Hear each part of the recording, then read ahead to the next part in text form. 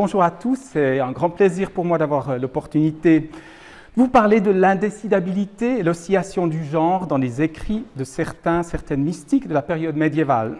J'aimerais remercier les organisateurs du cours public, c'est-à-dire Laetitia Ding et Rory Critton, de m'avoir invité à donner cette conférence dans le cadre du cours public du CEMEP de cette année. Ma conférence va s'articuler de la manière suivante, après une brève référence aux notions d'indécidabilité et d'oscillation du genre. La première partie de ma conférence étudie le phénomène de l'indécidabilité et l'oscillation dans le commentaire du cistercien Guillaume de Saint-Thierry, ami de Bernard de Clairvaux. Ensuite, je m'attarde à décrypter l'attitude sur le genre de Richard Rolle, un mystique de la première moitié du XIVe siècle, qui vient du Yorkshire, dans le nord de l'Angleterre. Je terminerai ensuite en analysant la manière par laquelle Julienne de Norwich, une autre mystique anglaise, une femme cette fois-ci, aborde cette problématique dans son livre des Révélations. J'aimerais tout d'abord circonscrire et définir, autant que j'en suis capable, l'utilisation des termes indécidabilité et oscillation dans le contexte de la matière que je vais vous présenter aujourd'hui. La question de fluidité du genre en littérature médiévale a été étudiée par des collègues mieux équipés que moi au niveau théorique pour aborder ce sujet. Mon approche est plutôt historique et il y aura peut-être dans le cours de la discussion qui suivra, peut-être des apports qui pourront être faits par vous-même.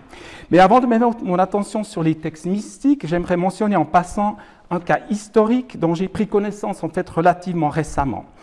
Et je vais juste le mentionner en passant, il s'agit de John ou de Eleanor Rickener, une personne qui a vécu à la fin du XIVe siècle et qui aurait été considérée comme potentiellement le premier cas connu en Angleterre, si ce n'est d'une identité transgenre, en tout cas de travestissement et de pratiques sexuelles comme prostituée avec des femmes et des hommes.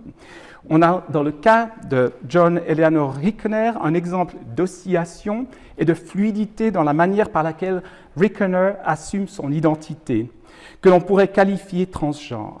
Dans un autre registre, mais plus ou moins à la même période, c'est dans un autre registre, comme je dis, suite à son veuvage et le renoncement à se remarier, Christine de Pisan choisit le métier d'homme de lettres ou femme de lettres afin de subvenir aux besoins de son foyer. Ainsi, elle annonce son identification au genre masculin de la façon suivante, et les médiévistes, vous me corrigerez dans ma prononciation, vous tolérerez ma mauvaise prononciation du français médiéval, vous direz que je suis qui de femelle devint mâle, par fortune qu'ainsi le voult, si me mua et corps et voult, en homme naturel parfait. Et jadis fut femme de fait, homme suis, je ne mens pas. On assiste, dans le cas de Christine de Pisan, à une transformation psychologique que demande la posture d'auteur, une fonction professionnelle hautement masculine et pour laquelle Christine est prête à assumer une forme de masculinité, une condition nécessaire dans ce monde de lettres et d'érudition qui lui permettra d'assumer son rôle d'auteur. Par oscillation du genre, j'entends donc un mouvement de la part d'un individu, d'un genre vers l'autre, qui est constitutif de l'identité. Le cas de Rickener semble confirmer cette manière d'une identification sexuée marquée par une fluidité assumée et participative à l'identité. Quant à l'indécidabilité, elle marque peut-être une certaine anxiété de la part du sujet, aussi bien à assumer un genre plutôt qu'un autre, ou d'assumer une fluidité entre les genres, en passant de l'un à l'autre sans causer une forme de questionnement sur l'identité sexuée du sujet. J'aimerais explorer ces phénomènes dans le domaine particulier de la littérature mystique. Les questions d'indécidabilité et d'oscillation du genre portent aussi bien sur la représentation des corps des mystiques et du Christ que la représentation de l'âme dans ces textes. Cette littérature nous amène à nous poser une question fondamentale, c'est-à-dire de savoir si la littérature contemplative médiévale assigne un genre particulier à l'âme et au divin. Nous verrons que cette question du genre de l'âme et du divin joue un rôle particulier dans la littérature contemplative nuptiale cistercienne basée sur le Cantique des Cantiques.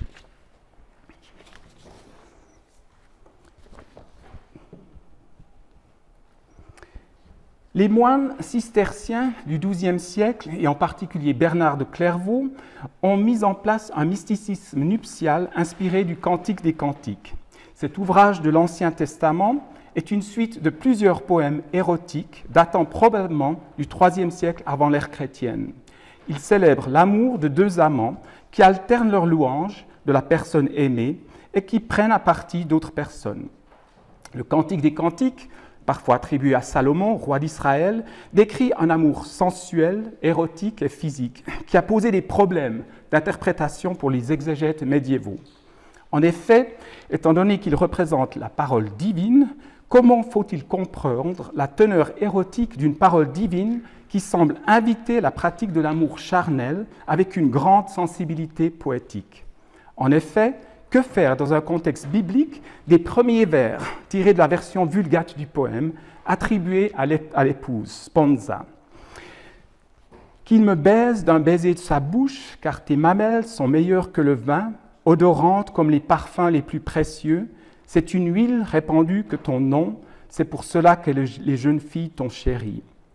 La sensualité et l'érotisme tel que décrit dans ces quelques lignes et présent dans les 8 livres qui constituent le Cantique ont troublé plus d'un exégète médiéval.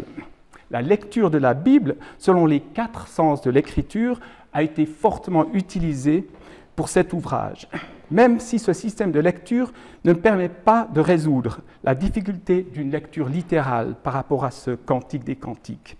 En effet, et peut-être que je me répète un peu ici, comment Dieu aurait-il pu, à travers une agence humaine scripturale, offrir ce texte pour une compréhension de son contenu littéral? Car le poème n'offre rien d'autre qu'une magnifique éloge d'une relation amoureuse, charnelle entre deux êtres, l'amant et l'aimé. L'interprétation du cantique va donc accorder peu d'importance au sens littéral ou sens historique, afin de se concentrer sur les niveaux allégoriques, tropologiques et anagogiques, tels que développés par Jean Cassien au Ve siècle. Appliqué par exemple au nom de Jérusalem, au regard du sens historique, Jérusalem fait référence à la cité des Hébreux, au sens allégorique à l'Église, au sens tropologique à l'âme humaine et au sens anagogique à la cité céleste. Bernard de Clairvaux et les cisterciens en général vont faire un usage bien réfléchi des 4 sens de l'écriture dans leur interprétation du cantique.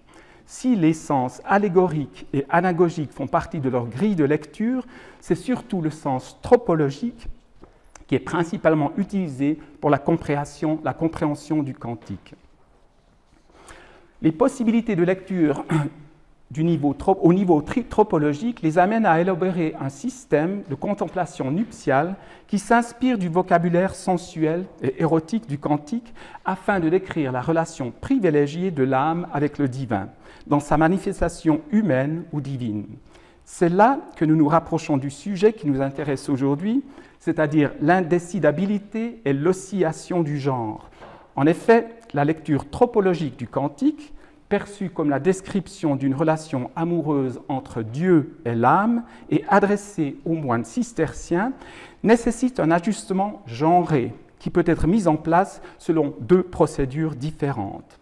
Soit la représentation de l'âme dans laquelle le moine cistercien est appelé à se projeter est une entité féminine en relation avec un divin masculin, soit ce dernier devient une figure féminine et maternelle permettant une relation avec l'âme masculine cistercienne. Cette seconde possibilité est explorée dans le cas de figure où c'est Jésus comme mère qui remplit le rôle féminin dans cet échange entre l'âme et le divin. Mais la réalité théologique et littéraire est peut-être plus complexe que cela. J'aimerais explorer cet aspect en me focalisant sur quelques extraits du commentaire de Guillaume de Saint-Thierry sur le Cantique des Cantiques. Guillaume de Saint-Thierry est tout d'abord abbé bénédictin de Saint-Thierry, avant de devenir simple moine cistercien. Donc il aura changé d'affiliation monastique, de moine bénédictin, il devient moine cistercien. Il écrit le De Contemplando Deo entre 1119 et 1120, dans lequel il fait référence à plusieurs reprises au face-à-face avec Dieu. Il écrit ensuite une série de méditations, les Meditative Orationes, dans lesquelles il explore d'une manière encore plus approfondie la notion de l'union en utilisant l'image du face-à-face. En 1135, il renonce à son abbatiat comme moine bénédictin et il rejoint les cisterciens comme simple moine dans le monastère de Signy. Il voyage à Clairvaux et c'est dans l'infirmerie de l'abbaye de Clairvaux où réside Bernard de Clairvaux, que Guillaume discute du sens du Cantique des Cantiques alors qu'ils sont tous les deux alités à l'infirmerie. Bernard écrit ses sermons entre 1135 et 1136 et il semble que Guillaume écrit son commentaire entre 1137 et 1140.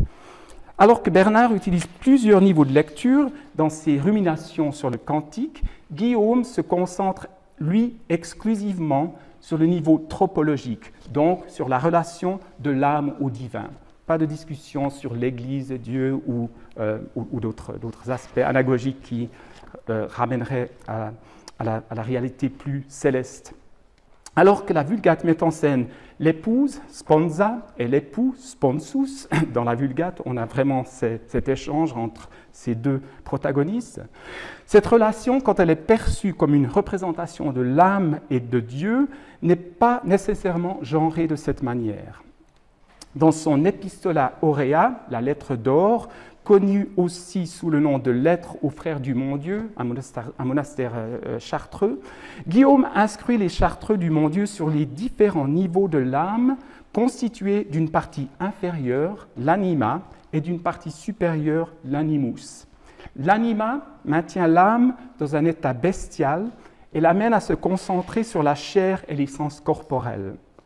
Ce n'est que quand l'âme se dote d'une raison parfaite qu'elle rejette le signe du genre féminin. De son statut de anima, elle devient alors animus, âme raisonnable et capable de diriger le corps. Une fois animus, c'est-à-dire esprit, elle se concentre que sur les objets masculins et spirituels. Mais donc, si l'épouse du Cantique des Cantiques est genré masculin, l'époux lui-même est par moments genré féminin. Il devient par exemple caritas ou sapientia, charité ou sagesse, qui sont représentés comme des figures féminines. Guillaume de Saint-Thierry oscille entre un genre et l'autre, aussi bien avec l'épouse et l'époux, poussant le lecteur de son texte à accepter une fluidité des genres des protagonistes décrits dans le cantique. Guillaume lui-même se projette dans cette performance amoureuse spirituelle et invite ses lecteurs à en faire de même. L'appropriation de la représentation de l'âme oscillant d'un genre à l'autre en corrélation avec les changements de genre de l'époux oblige le participant disposé à entrer dans un jeu de l'amour spirituel où la multiplication des oscillations du genre des protagonistes diminue peut-être l'importance de ces derniers, à un point tel que l'on peut se poser la question de l'asexualité de l'âme dans les écrits de Guillaume de Saint-Thierry. La sexualité serait donc atteinte par une oscillation du genre qui perdrait sa force en raison de son emploi excessif dans les descriptions de l'âme. Mais ceci n'empêche pas, cependant, Guillaume de Saint-Thierry d'utiliser le langage de l'amour charnel pour décrire le face-à-face, c'est-à-dire la vision béatifique entre l'âme et Dieu. Je vous lirai ici les commentaires en français et je vous laisse lire le texte de la Vulgate en latin. Par conséquent, toute personne qui est l'épouse n'a qu'un seul désir, qu'une seule aspiration, à savoir que sa face puisse continuellement être unie à ta face dans le baiser de la charité, c'est-à-dire qu'elle puisse devenir un esprit avec toi par l'unité de la volonté avec toi. Que la forme de sa vie puisse être ardemment plaquée à la forme de ton amour par l'ardeur d'un grand amour. Plutôt qu'une indécidabilité qui serait causée par une certaine anxiété à assigner à l'âme un genre plutôt qu'un autre, l'oscillation fait partie d'une stratégie menant Guillaume, le premier à réaliser ce jeu de l'amour, à s'identifier au-delà d'une spécificité genrée. C'est ensuite au lecteur d'approprier ce rôle et de l'habiter avec sa propre subjectivité. Guillaume de Saint-Thierry, comme les auteurs cisterciens en général, adresse ses écrits principalement à l'intention de ses moines. Il a donc l'idée d'une subjectivité cistercienne lorsqu'il met en place sa stratégie pour atteindre le sommet de l'expérience contemplative, c'est-à-dire l'union avec le divin, aussi brève puisse-t-elle être. L'enseignement le plus profond offert par Guillaume est contenu peut-être dans ce paragraphe basé sur la strophe 1 vers 15 du Cantique des Cantiques, « Lectulus noster floridus », notre petit lit est couvert de fleurs. Et il nous dit, dans ce passage-là, c'est là, dans ce lit, que s'échange en son intimité cet embrassement, ce baiser par lesquels l'épouse commence à connaître comme elle-même est connue. Et comme les amants, dans leur baiser, par un suave et mutuel échange, transfusent l'une dans l'autre leurs âmes, ainsi l'esprit, créé tout entier, s'épanche dans l'esprit qui le crée pour cette effusion même. En lui, l'esprit créateur s'infuse en la mesure qu'il veut, et l'homme devient avec Dieu un seul esprit.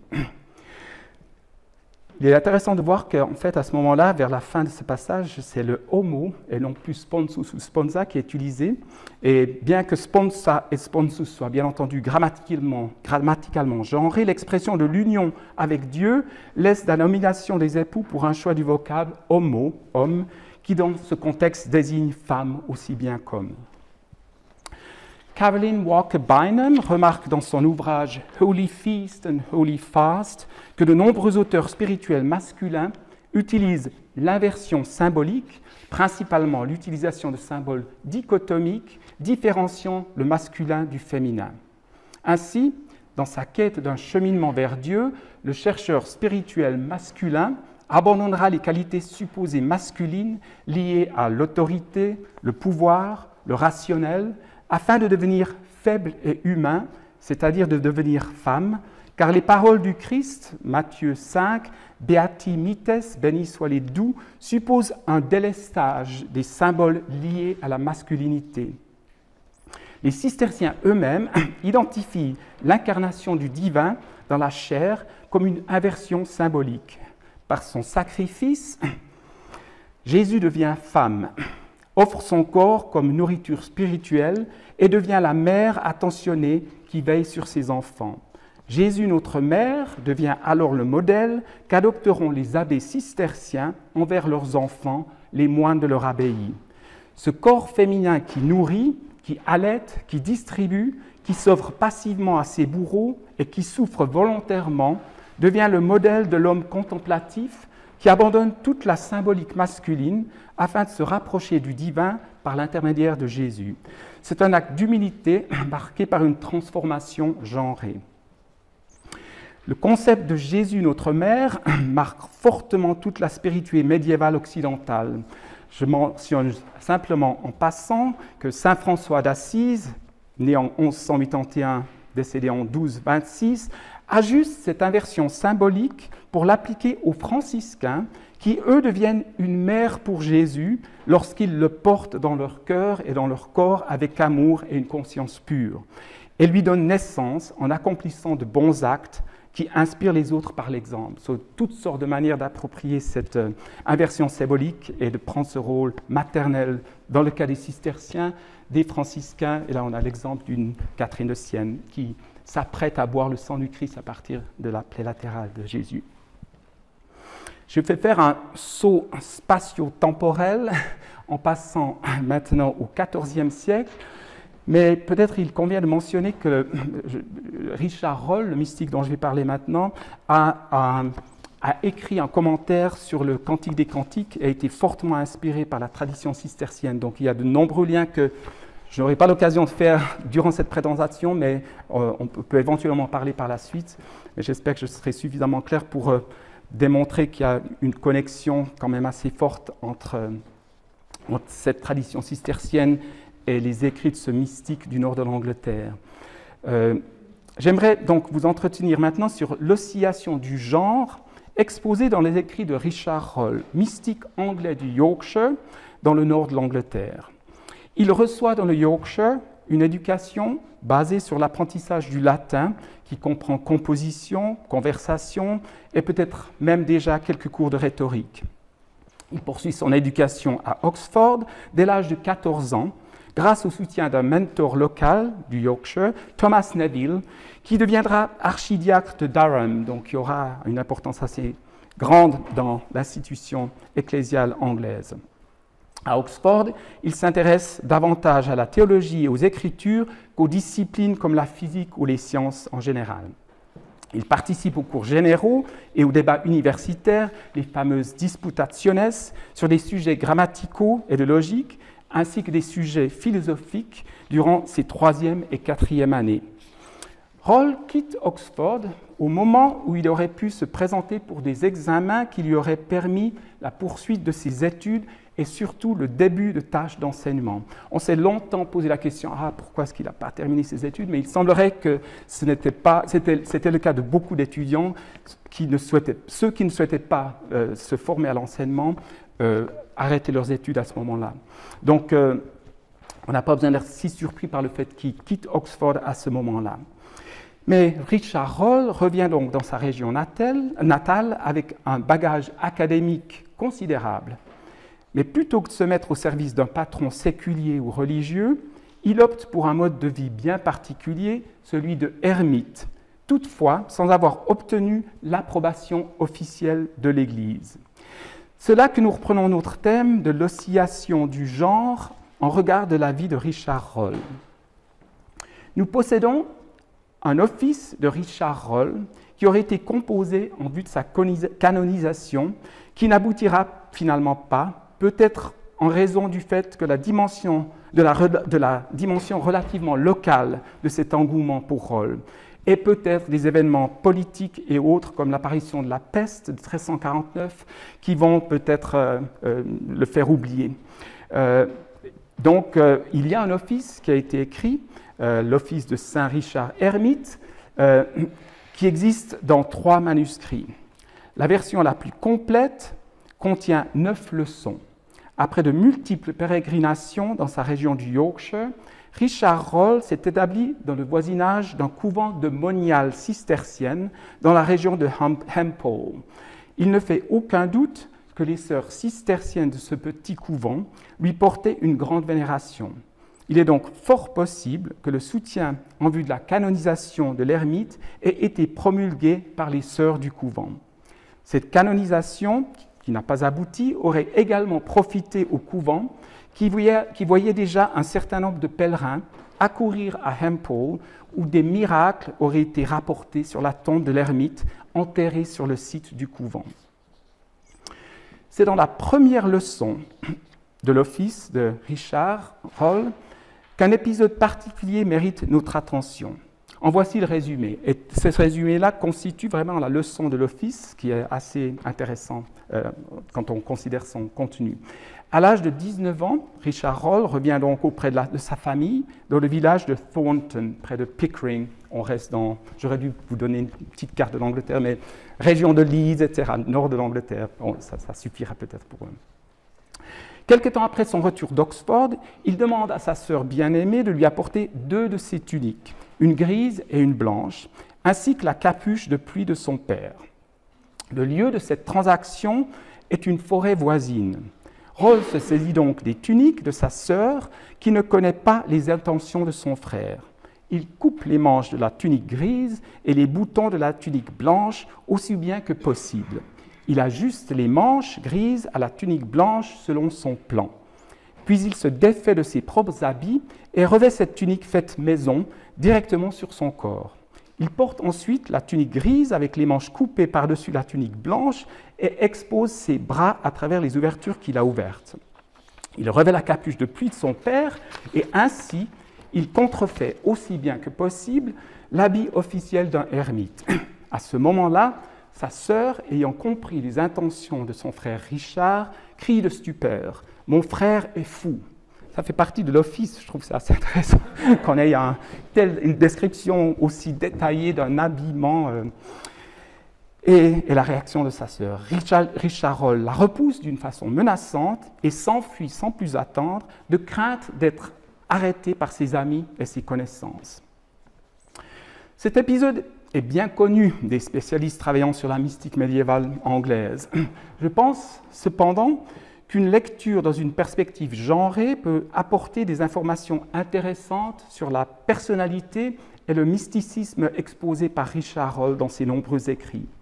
C'est donc doté d'un habit composé de vêtements de femme, plus particulièrement les habits de sa sœur, que Richard Roll commence sa vie de ermite. La première leçon porte une attention particulière à cet épisode en insistant, comme je l'ai dit, sur la technique de transformation de cet habit féminin que Richard va porter à fleur de peau. Nous ne devons pas oublier que ce sont les moniales de Hempel qui sont derrière la composition de cet office et qu'elles ont peut-être eu à cœur de genrer Richard Roll selon leur désir. Roll lui-même se méfie d'ailleurs de l'autorité typiquement masculine de l'institution religieuse. Il a des propos acerbes contre les prêtres séculiers qu'il qualifie de loups déguisés en agneaux. Il s'attaque également aux clercs qui font usage de leurs connaissances académiques afin d'obtenir des avantages et des biens matériels. Il n'épargne pas les frères mendiants qui s'adonnent à divers vices tout en prêchant d'un endroit à l'autre. Il ne faut pas oublier qu'il n'a pas d'approbation religieuse et je pense que c'était peut-être aussi un acte volontaire de sa part puisqu'il a des réserves importantes par rapport à l'institution de l'Église. Il est vrai que l'Église, en tant qu'institution, vit une crise aiguë au XIVe siècle, comme on le sait, et que les comportements individuels de ses membres ne semblent pas au-delà de tout reproche.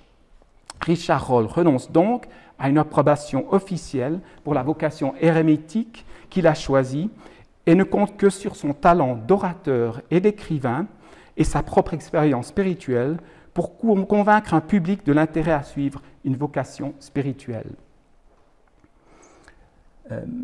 J'espère que je suis toujours... Sa démarche spirituelle est hautement idiosyncratique, tout comme les caractéristiques de sa spiritualité qui mettent un accent très important sur sa dimension sensorielle. En effet, Roll insiste sur 3 aspects sensoriels qui définissent d'une manière significative sa spiritualité. Il nous parle à travers ses écrits des phénomènes qu'il appelle calor, chaleur, dulcor, douceur et canor, chant. Il écrit un ouvrage en latin extrêmement important qui s'appelle le Melos Amoris, le chant d'amour, et il utilise un latin extrêmement complexe avec allitération pour essayer de reproduire ce chant spirituel qu'il prétend entendre d'une manière constante dans sa vie. On pourrait passer pas mal de temps sur ces différentes caractéristiques et d'autres tels que les degrés d'amour qu'on peut utiliser pour monter dans son cheminement spirituel. Enfin, chacun d'eux reçoit une attention soutenue dans plusieurs de ses écrits qui sont semi-autobiographiques, écrits en latin. L'aspect sensoriel de son mysticisme, très souvent mal compris et mal assimilé par ses disciples, mais cependant un accent particulier sur la participation corporelle dans le phénomène de la contemplation. Il rejoint de cette façon une conception médiévale de la femme qui, en contraste à l'homme, serait davantage ancrée dans la chair. C'est donc en sublimant la dimension corporelle, en la rendant essentielle à l'expérience contemplative, que Roll propose une transformation du soi en le féminisant. On peut donc affirmer que Roll inverse une nouvelle fois la symbolique homme-femme, alors que Christine de Pisan affirme « Homme suis, je ne mens pas », on pourrait donner à Roll son contraire « Femme suis, je ne mens pas ». Mais si ce phénomène est bien présent dans certains de ses écrits, Roll ne néglige cependant pas d'adopter des postures d'auteur dans d'autres écrits ou d'autres passages d'un même texte. Suivant les lecteurs et les buts qu'il cherche à atteindre, il adopte parfois un ton d'auteur nécessairement masculin et exprimé le plus souvent en latin, à l'intention de public constitué de la même cohorte que celui qu'il critique par son manque de droiture et de vision spirituelle. Ces variations genrées sont-elles le fruit d'une indécision ou d'une volonté stratégique de rendre plus opaque le genre de son auteur? Peut-être pouvons-nous explorer encore davantage ce phénomène en considérant la fin de carrière de Richard Rolle, qu'il passe auprès des moniales cisterciennes et d'une anachorète pour lesquelles il agit comme guide spirituel. Il offre à une moniale de Yedingham, un petit couvent près de Pickering, une épître en moyen anglais appelée Ego Dormio, dont le titre correspond au chapitre 5, verset 2 du Cantique des Cantiques, Ego Dormio et cor meum vigilat. Une seconde épître, de Commandment, est ensuite écrite pour une sœur du couvent de Hempel. La troisième épître, de Form of Living, est écrite pour une anachorète, Margaret Kirkby, auparavant également moniale du couvent de Hempel, mais qui se serait établie comme anachorète dans les environs de Durham. Donc elle aurait pris ses distances, géographiquement parlant, par rapport à son monastère. Ces écrits, dans la langue vernaculaire, sont tous destinés à des lectrices connues de Rolle et avec lesquelles il aura eu l'opportunité d'offrir ses conseils spirituels de vive voix. D'ailleurs, ces écrits adoptent un ton tout à fait personnel qui ne sont pas des effets rhétoriques. Je vais me prendre plaisir à vous lire ces passages en moyen anglais. Vous avez le français à côté. For thee that he luve, I walde, that he mirte have thee als he walde, not to me, but to me lorde. He will become that messenger to bring thee to his bed, that has made thee and bought thee, Christ, the King Son of Heaven.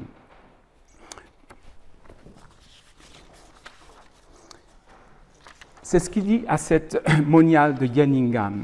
À Margaret Kirkby, il l'informe qu'elle trouvera le confort de Jésus-Christ et la douceur de son amour, for that thou hast forsaken the solace of the joy of this world, and taken thee to solitary life for God's love, to suffer tribulation and anguish here, and sitten come that bliss that nevermore blines. Le contenu spirituel de ces épîtres ne diffère pas, spirituellement parlant, des nombreux écrits en latin qui traitent de la vie spirituelle. Le ton, par contre, y est beaucoup plus affable. Richard Rolle se départit également des critiques acerbes envers les clercs et ses ennemis potentiels dans ces textes-là. À l'agressivité et au cynisme, il substitue un ton conciliant, chaleureux et aimant, montrant sa compréhension et ses encouragements envers ses disciples féminins. Dans Ego Dormio, il propose à la moniale de Yedingham de terminer sa lecture par une performance d'un poème lyrique, That thou shalt delite in when thou ert lupant Jesu Christe. Je vous lis les deux premières strophes afin que vous ayez une idée de la manière par laquelle la lectrice va intégrer ce poème dans le cadre d'une introspection spirituelle. Me sang as in seeing, me lief as in longing, till they say me king, so fair in die schooning, so fair in die verhede, intil die licht me lede, en in die lufe me fede, in lufe make me to spede, that to be ever me made. When will du come, Jesu me joy, and cover me of care, and give me they, that I may say, levend evermore. All me coveting were common, if I mirt till they fare, I will nothing but only they, that all me will ware. Les dernières années de la carrière de Richard Rolle, passées au contact des moniales cisterciennes et des anachorètes femmes pour lesquelles il a écrit dans la langue vernaculaire, correspondent à un moment dans sa carrière où il se serait accommodé de sa dimension psychologique féminine. Même s'il garde une position de guide spirituel qui lui donne une autorité dans ses échanges avec ses lectrices, le cadeau du poème lyrique ci-dessus démontre qu'il est prêt à renoncer à ce rôle dès le moment où l'anachorète ou la moniale se sent prête à entrer en contact avec le divin sans son soutien, mais par la pratique d'une contemplation déclenchée par la lecture performative du texte. La préparation par les moniales de Hempel de l'office en vue de la canonisation de Richard Rolle présente dès le début de sa vocation érémitique un homme qui, en s'affublant des vêtements de sa sœur, est psychologiquement perçu comme une des leurs, Richard of Hempel. Et c'est intéressant de voir que la plupart des manuscrits qu'on a préservés ne mentionnent jamais Richard Rolle, mais Richard of Hempel. Donc cette affiliation avec le couvent cistercien, avec ses moniales cisterciennes, est vraiment une marque d'identification importante par la suite. Je ne sais pas si j'ai oublié d'intégrer un... Ah là, c'est juste pour revenir très brièvement sur le déguisement. C'est un manuscrit qui n'est pas associé à l'Officium de Santo Riccardo Eremita, mais c'est une image d'un manuscrit qui contient des textes de Richard Rolle. Peut-être qu'on a ici un essai de représentation de ces fameux styliques. En tout cas, on a du blanc et du gris, mais je ne sais pas si on peut pousser ça beaucoup plus loin. En tout cas, c'est une des représentations de Richard Rolle. Il est identifié comme étant Richard Rolle dans le manuscrit. Je vais terminer avec Julien de Norwich. Donc, l'inversion symbolique qui s'opère chez Richard Rolle concerne l'auteur lui-même. L'oscillation du genre dépend chez lui des attitudes qu'il adopte au cours d'une carrière littéraire prolifique. Au contraire des cisterciens, qui jouent avec la versatilité du genre aussi quand ils mettent en scène l'âme et Dieu, Rolle ne met pas en jeu l'inversion symbolique du genre en ce qui concerne la divinité. En ceci, Julien de Norwich, mystique de la fin du XIVe siècle de la région de l'East Anglia, l'est de l'Angleterre, plus ou moins au centre de l'Angleterre, mais un peu à l'est, applique le processus d'inversion symbolique du genre uniquement quand elle met en scène Jésus. Au contraire des cisterciens et de Rolle, qui explorent la vie contemplative dans le cadre de l'image nuptiale issue du Cantique des Cantiques, Julien de Norwich adopte une attitude qui tend vers l'apophatisme, c'est-à-dire une expérience du divin en considérant tout ce qu'il n'est pas, et donc tendant à atteindre un état d'inconnaissance dans lequel pensée, image et même émotion sont exclus de la pratique contemplative. Là, on a affaire à l'influence de Pseudo-Denis qui devient très, très important et qui est traduit en latin en Europe médiévale. Et c'est une tradition contemplative qui diffère un petit peu de tout ce qu'on a entendu jusqu'à présent, puisqu'il faut songer à renoncer aux images, aux émotions pour essayer d'atteindre le divin en se plaçant dans un état d'inconnaissance. Il y a un autre auteur mystique anglais qui a écrit un texte et qui partage un petit peu la même dimension apophatique qui s'appelle le nuage de l'inconnaissance. Julien de Norwich va un petit peu dans cette direction elle aussi. Mais c'est une manière d'atteindre le divin, mais le cheminement pour arriver à ce but-là demande quand même un compromis. Et Julien trouve un compromis épistémologique spirituel qui lui permet quand même, pour décrire le cheminement en tout cas, l'utilisation d'images et de symboles, ainsi que la représentation de postures émotionnelles permettant à atteindre l'état d'inconnaissance ultime. Julien de Norwich tient son nom du fait qu'elle a vécu comme anachorète dans une cellule rattachée à l'église Saint-Julien dans la ville de Norwich. Donc on n'a pas en fait son nom réel, Julian of Norwich. Suite à une maladie qu'elle a demandée auprès de Dieu, donc vraiment une demande très forte, elle a demandé 3 choses, mais notamment cette sickness, elle se sent proche de la mort et reçoit pendant cette période, entre vie et mort, une série de 16 visions qui se focalisent sur la face de Jésus sur la croix. Après cette maladie et le don de ces visions, elle se consacre à la vocation d'anachorète et consigne peu après, par écrit, ces visions dans le texte qui porte le nom du short text ou le texte court. Elle passe ensuite une vingtaine d'années à méditer et ruminer sur le contenu des visions afin d'offrir une nouvelle version des visions beaucoup plus élaborée et contenant de profondes réflexions théologiques. Il s'agit du long text ou le texte long, à qui Roland Maisonneuve, traducteur de Julienne, donne le titre du Livre des Révélations. Julienne de Norwich est intéressante à bien des égards et mériterait une place plus importante dans ma présentation. J'aimerais cependant souligner dans le reste du temps qui m'a été imparti 2 dispositifs de mise en place du genre dans sa spiritualité. Dans le texte court, Julienne ne montre pas la même confiance que Christine de Pisan, par exemple, dans son rôle d'auteur. Christine, on l'a vu, bien consciente du rôle masculin attaché au métier d'auteur, prend pour elle cette masculinité afin de s'auréoler de son activité d'écrivain. Julienne, bien au contraire, affiche une immense réserve due à son genre par rapport à ses écrits, plus particulièrement dans le texte court, où son genre lui fait adopter une position d'humilité et de passivité en tant que réceptrice de sa vision. Here is a vision shared by the goodness of God to a devout woman, and her name is Julian, that is recluse at Norwich and yet is on leave.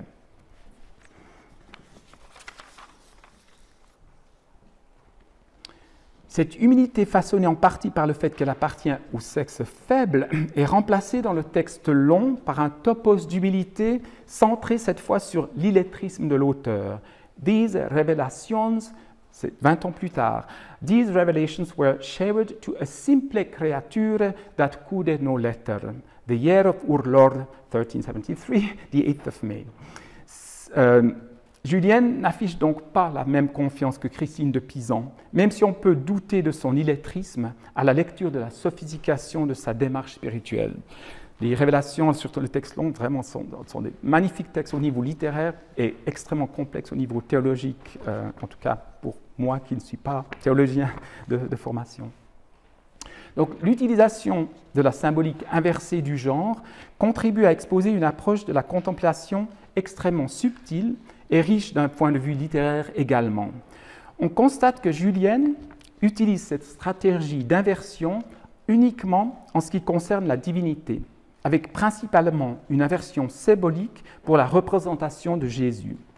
Elle s'insère donc dans la lignée des cisterciens du XIIe siècle qui déjà ont souligné les qualités féminines de Jésus dans leurs écrits contemplatifs.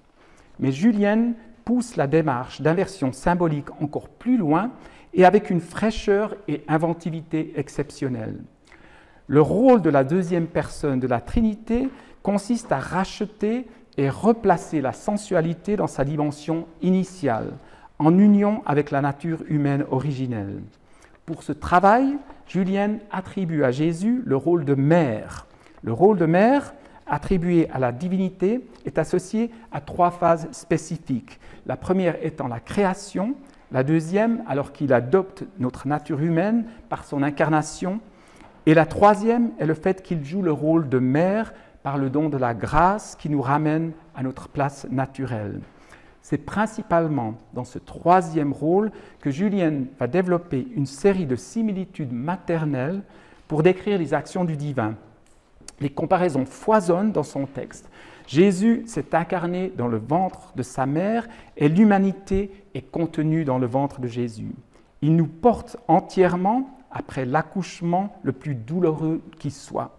Il nous donne naissance perpétuellement et nous sommes également perpétuellement protégés en son sein. La maternité de Jésus va d'ailleurs bien au-delà de ce qu'une mère peut accomplir pour son enfant. La mère allaite son enfant, mais Jésus, notre mère, nous nourrit de sa propre chair par le sacrement de l'Eucharistie. La mère pose son enfant sur sa poitrine, mais le Christ nous guide depuis la plaie latérale vers la divinité et le bonheur divin. Comme une mère qui s'occupe de l'éducation de son enfant, le Christ le fait en restant présent à ses côtés à chaque instant et évitant un accident qui pourrait amener au décès de l'enfant, qu'une mère terrestre ne peut parfois pas éviter. Les exemples foisonnent et je me contente de citer l'extrait suivant, un court extrait, demandant à ce que le lecteur adopte le rôle de l'enfant devant faire confiance à l'amour de sa mère. And he will, that when we usen the property of a child, that evermore keenly trusteth to the love of the mother in weal and in woe. Il veut alors que nous nous conduisions tel un enfant qui, tout naturellement, a continuellement confiance en l'amour de sa mère dans la prospérité et dans l'adversité. Mais Julienne se garde bien de genrer le divin unilatéralement féminin. Elle maintient une égalité et une équivalence entre les genres quand elle prononce As verily as God is our Father, as verily God is our Mother. Tout aussi véritablement que Dieu est notre Père, il est notre Mère. Je vais conclure.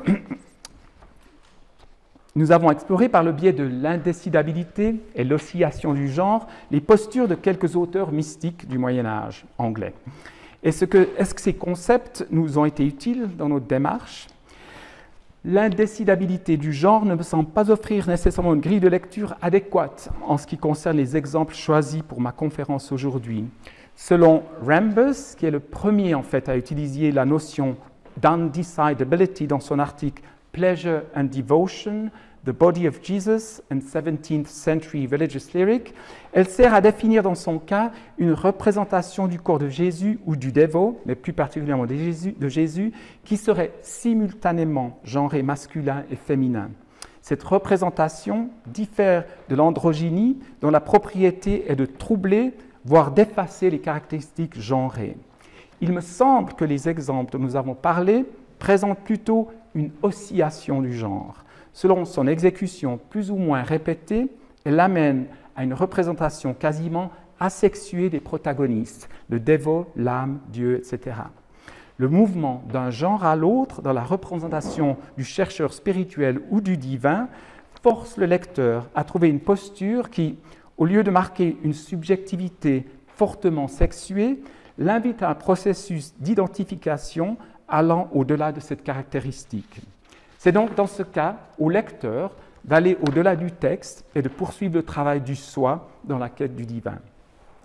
Chez Julienne, par contre, l'attribution spécifique de la maternité à la personne du Christ amène le lecteur à se positionner dans un rôle infantile non sexué. Cette posture passive correspond à la démarche apophatique ultime du livre des Révélations, qui invite le contemplatif potentiel à se défaire des images, des postures et des spéculations afin d'entrer dans le nuage de l'inconnaissance en attendant que par la grâce de Dieu, mais d'une manière attentive, il soit amené à se laisser porter jusqu'à l'expérience ineffable de la vision divine. Je termine là, je vous remercie de votre attention et si vous avez des questions, je tenterai de répondre au mieux à ces dernières. Merci beaucoup.